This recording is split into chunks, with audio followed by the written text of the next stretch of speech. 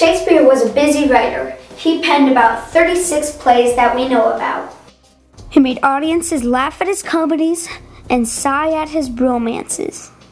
But his plays that did the very best were tragedies. In Julius Caesar, a great leader is murdered and his killers all commit suicide. In Hamlet, a prince kills his awful uncle and goes insane. Macbeth kills all sorts of people so that he can become a king. Then he goes insane. King Lear gives his wealth to two of his daughters. Then he goes crazy. Othello kills his wife, then commits suicide. Even teenage lovers, Romeo and Juliet, kill themselves. Audiences love the tragedies, all those crazy kings and queens, all the murder and revenge. It made audiences forget what was happening just outside the theater door. Elizabethan England was a rough place.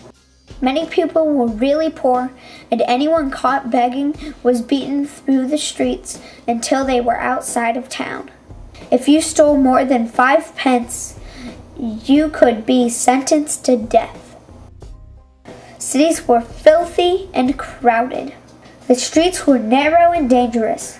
There was nowhere to put garbage. The rats and dirt were everywhere. The Black Plague was killing thousands of people every day. No one understood how they got it or how to cure it. 20,000 people died in London in 1563.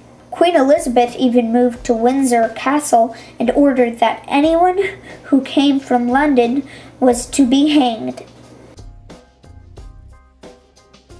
Shakespeare saw plenty of tragedy during his life. His 2 older sisters died from the plague when they were babies.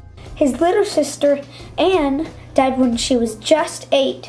His little brother, Edmund, lived longer, and he was even an actor in some of Shakespeare's plays.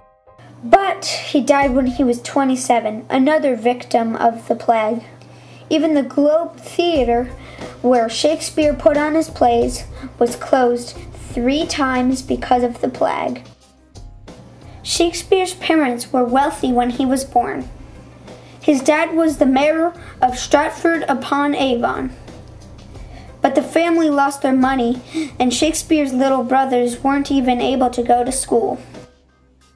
Shakespeare also made a few bad steps as a young man. When he was 18, he married a 26-year-old woman named Anne Hathaway.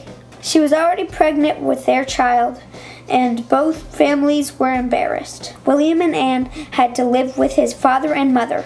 They had twins after a few years later.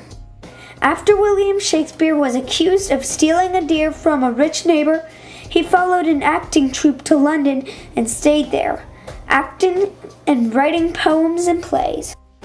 Eventually, Shakespeare became famous and rich, but there was one more tragedy waiting for him at home.